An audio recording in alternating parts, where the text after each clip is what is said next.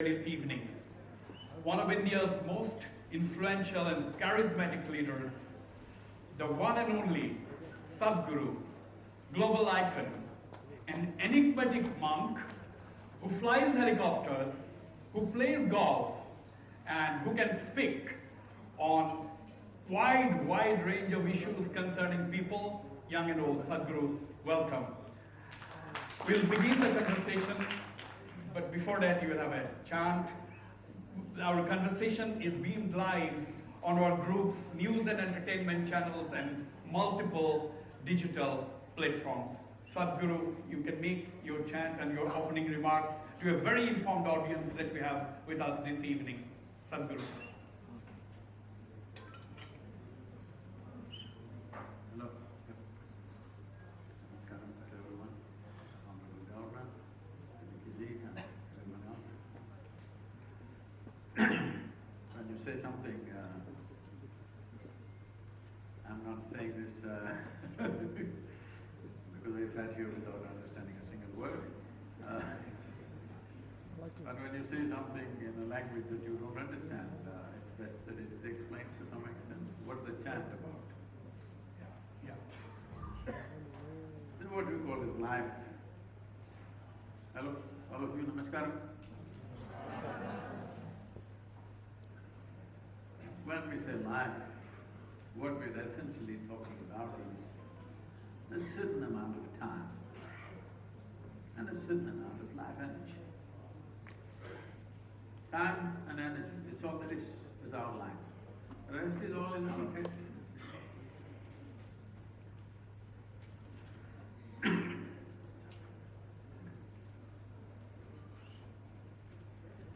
When it comes to time,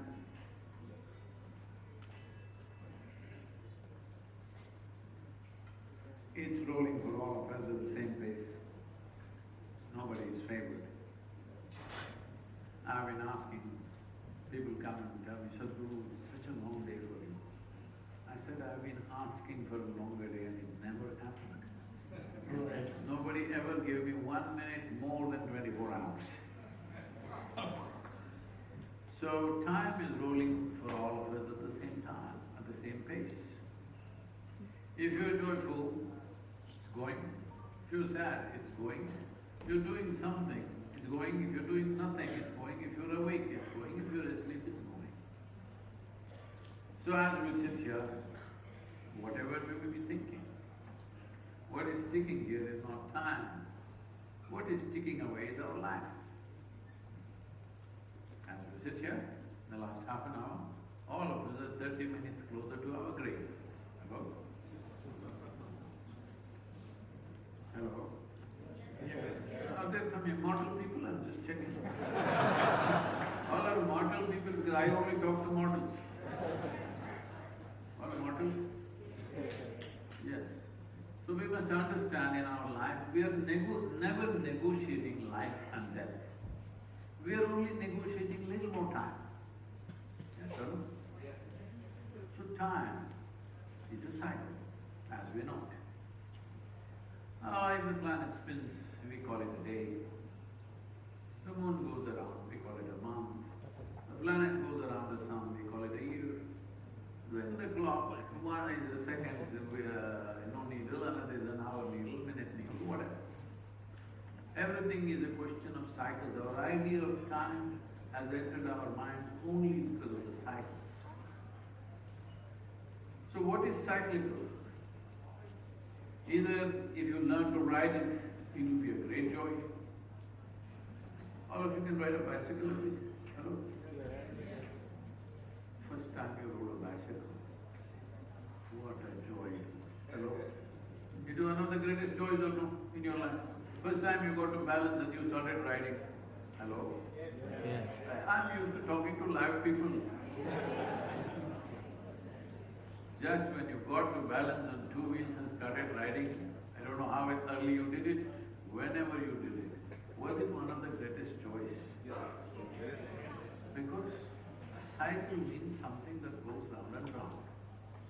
If you ride it, it'll take you someplace. If you don't ride it, it can crush you. At the same time, the same cycles of time. Those who ride it, they experience their life as a great joy. Those who don't learn how to ride it, they will be crushed by the same winds and their faces become long.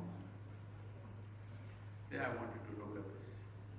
When you are 5, 6, 7 years of age, your face was like this. Oh, some of you touching that. What happened? Just crushed by time, nothing else. For most of you who are here at least, your lives have worked out far better than you dreamt. Yes or no? But crushed by time, the cycles of time can crush you. So the chant is about this. Only those who learn to ride the cycles of time, for them, life and existence is a great bliss. Those who don't learn how to ride the cycles of time, for them, life will crush. Same process. The question is, will you ride it or will you be crushed by it? So the whole science of yoga is about learning how to ride it, no matter what. Because the road will always not be the way you want. He was talking about road rumples. Rumple is not even a challenge. There are huge pits. Yeah. So, whatever comes your way, will you learn to ride through that or will you be crushed by it? This determines the quality of your life. Time you cannot manage, it rolls for everybody.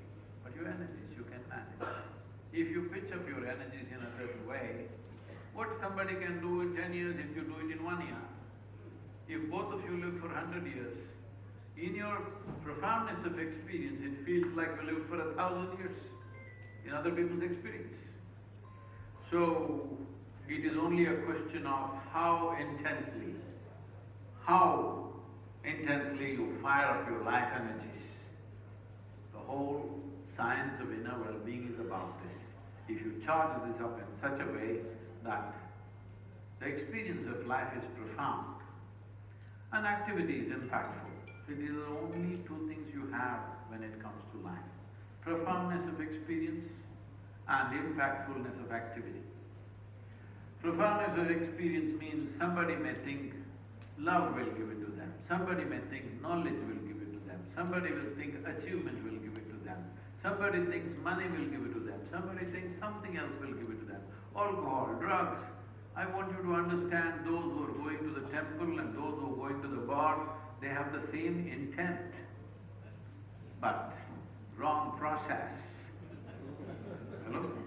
Same intent. They want profoundness of experience, isn't it? Somebody thinks it will happen by popping a chemical. Somebody thinks it will happen by devotion or prayer. Somebody thinks it will happen by meditation. Somebody thinks it will happen by love. It doesn't matter what you think. You're looking at profoundness of experience. When you act, you're looking for impactfulness of your activity. These are the only two things. If these two things have to happen, your energies should be beyond survival level. If you're in a survival mode, with limited amount of energy you can manage. If you want to live a life which is a profound experience, just to sit here, then you need to pitch it up. This is the fundamental of how to make our lives, no matter where we are placed, which time of history we are placed in. Still, those who pitch up their energies, their experience of life will be profound and they will be impactful in the given times in which they are born. We will not be doing the same things, all of us, whatever we are doing in our lives. We are running a media house. If you were here 500 years ago, you wouldn't be running a media house. But probably you would be doing something else, but something impactful. So what we are doing right now is not all ours. It is a consequence of times in which we exist. We exist in times where certain activity is allowed, certain activity is possible. But if you are here some other time in the past or some other time in the future, your activity will be different. But still the fundamentals of life will be same. You want profoundness of experience and you want your activity to be impactful. Absolutely, absolutely, Sadhguru. Ride the cycle of life and move on. Now, my question to you: your opening remarks obviously indicate that you are someone, with profound thoughts. Now, my question is: as a young boy, you used to Still am. as a you of course you're still young. As a young boy, you used to disappear from your home into the jungles, and much to the Why are you worry of exposing your all parents. that? Why are you exposing all that to all of them? I know you have made a house, but this… I'm planning to expose a little more, but I want your response, Sadhguru. How did the transformation begin? How did this young boy become Sadhguru? Oh. Well, you're asking for a story. Little story. Well, this is all it takes. Let me make the story relevant to you. See, when you're born, when you came out of your mother's womb, everything was new. Just everything. Every little thing. An ant could excite you. An ant could endlessly excite you, isn't it? You didn't have to see an elephant. An ant was good enough. Everything excited you, and you just look at the child how it is trying to drink life. So as you drink life, the problem is all the adults are busy making conclusions about life, constantly teaching you what is this, what is that, what is that. Well, by the time I was 4.5 years of age, I realized that actually I don't know anything.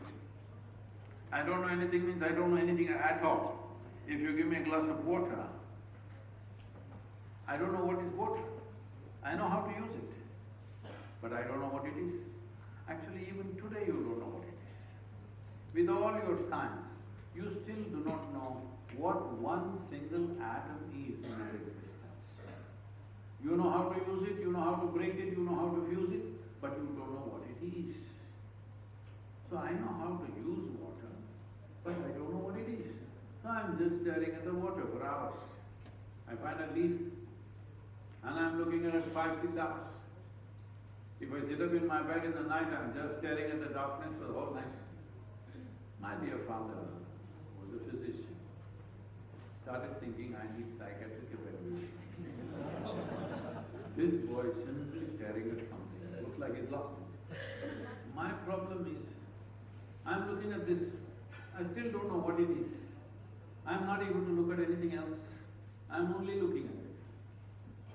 See, anything that human beings have cracked in this world, anything that we know, genuinely, has only happened with the keenness of attention. Just remember. Hello? Yes. Without attention, nothing will yield in this universe. But we are destroying that attention in the child very early on, telling them all kinds of rubbish that you yourself do not know. So I just started paying attention to things in this condition. They sent me to school. My mother said, you must pay attention to the teacher, don't look here and there, don't stare at something else. So I went and paid attention to the teacher. The kind of attention that they never received in their life. To an extent I know their past, present and future, but I don't hear what they're talking.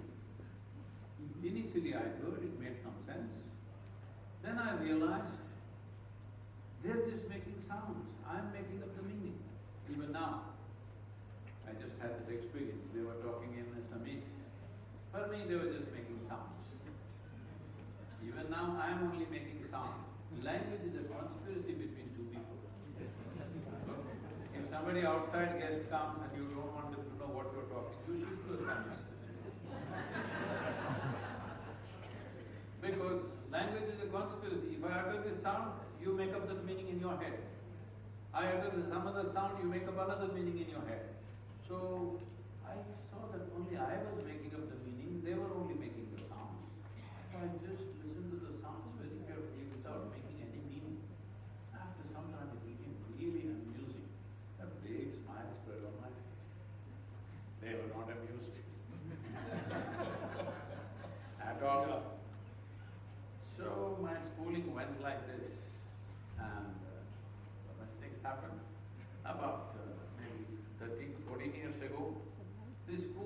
I studied over 50 years ago, they came to invite me for their 125th anniversary. The trustees and others came. I said, see, please, why me? Because I was not just a good student, I was not even a student. I only came there when I really had to, and when I came there, I never was there. Why me? I'm not a great example for you students. And they said, no, Sadhguru, our school has produced some great film stars, cricketing stars. Some of the test players were from that school, and so many other kinds of people, but you are the only mystic, you have to come. Then I went there, and in the quadrangle I stood up to speak, and I look around the same oppressive buildings, and some of the big trees that were there were gone, they had built more buildings.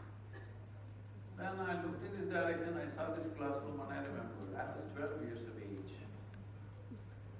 One day the teacher is asking me some question and expecting an answer. But for me, I just hear the sound, I don't hear the words. And after some time, I don't even hear the sounds. I don't even see the man, I just see a blob of energy floating, and I'm just looking at this guy. And he's asking me something that I don't know. Don't know means I don't even know what he's asking. Then after 35–40 minutes of making an effort to get an answer from me, when he doesn't get it, he comes and holds me by the shoulder, shakes me violently like this, and he says, you must be either the divine or the devil, I think you're the later. Till that moment, I did not know what is this, what is that, what is that, what is that, what is that, I know nothing. But I know this is me. Suddenly this guy confused me about this also. What is this? Is this divine, is this devil, what the hell is this? I thought this is me. Then I tried to stare at myself, it didn't work, so I started closing my eyes, and everything changed.